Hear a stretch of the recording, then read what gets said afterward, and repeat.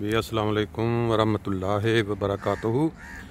साडे एक दोस्त ने मुबारक साहब 9 ब्रदर्स टीवी लंडन स्टूडियो उन्हों की स्पैशल फरमाइश के उत्ते अज तुहानू ऐसे नज़ारे दिखा रहे हैं जिन्हों वास्ते दुनिया तरसती है।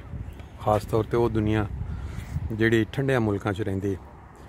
अज पाकिस्तान दे विच लाहौर तो जिहड़ा मोटरवे जाती है इस्लामाबाद नूं, रस्ते दे विच मुख्तलिफ इलाकिਆਂ ਨੂੰ ਉਹਨਾਂ ने फिर मिलाया जिहदे विच फैसलाबाद भी आ जाता है या सियालकोट नूं निकल जाती, मुल्तान नूं और सिंध नूं भी उन्होंने कड्ढी।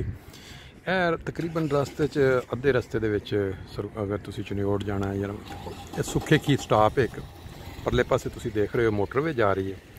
बड़ी खूबसूरत जगह, साफ सुथरी, जिवें तुसीं कह सकते हो ना एक यूरोपीयन स्टैंडर्ड।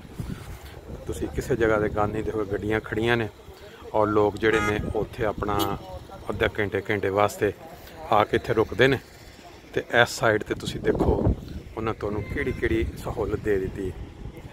ये जिहड़ा मौसम है ना, खुदा तआला दी एक खास नेमत, खास अता ये पाकिस्तान वगैरह मुल्क नूं, इन्हां मुल्कां नूं मिलिया कि जिथे हर तरह का मौसम तुहानूं अवेलेबल है। सर्दियाँ भी ने, गर्मियाँ भी ने, बर्फां भी पैंदियां ने और हर तरह की इत्थे फसल हुंदी है, हर तरह की चीज़ इत्थे पैदा होंदी है।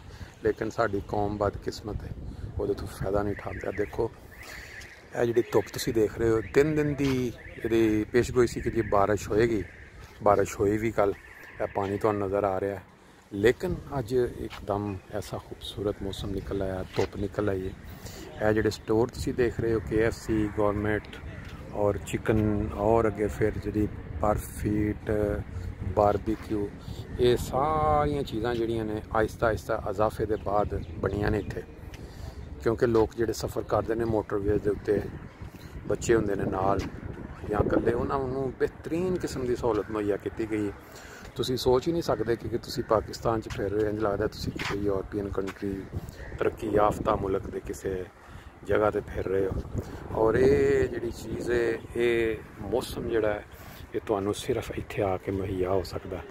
टैंपरेचर मैं बावजूद इसके कि हल्की जी जैकेट पाई है, लेकिन ये जिहड़ा मौसम है इनू इन्ना इंजॉय कर रहे हैं।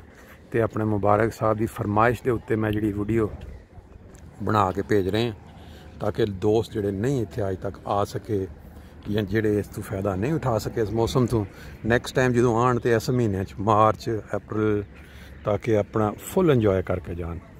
साडा जिहड़ा हुणे मुकम्मल हो गया इत्थे दा जिहड़ा सी अपना की कहंदे ने स्टॉप, और जिहड़ा चाय और जो भी असी लिया बड़ी अच्छी क्वालिटी का, बड़ा माकूल प्राइस। तो अज वास्ते इन्ना ही है। इंशाअल्लाह ताला नैक्सट टाइम बाकी जिहड़ी जगह जावांगे तुहानूं दिखावांगे फिर।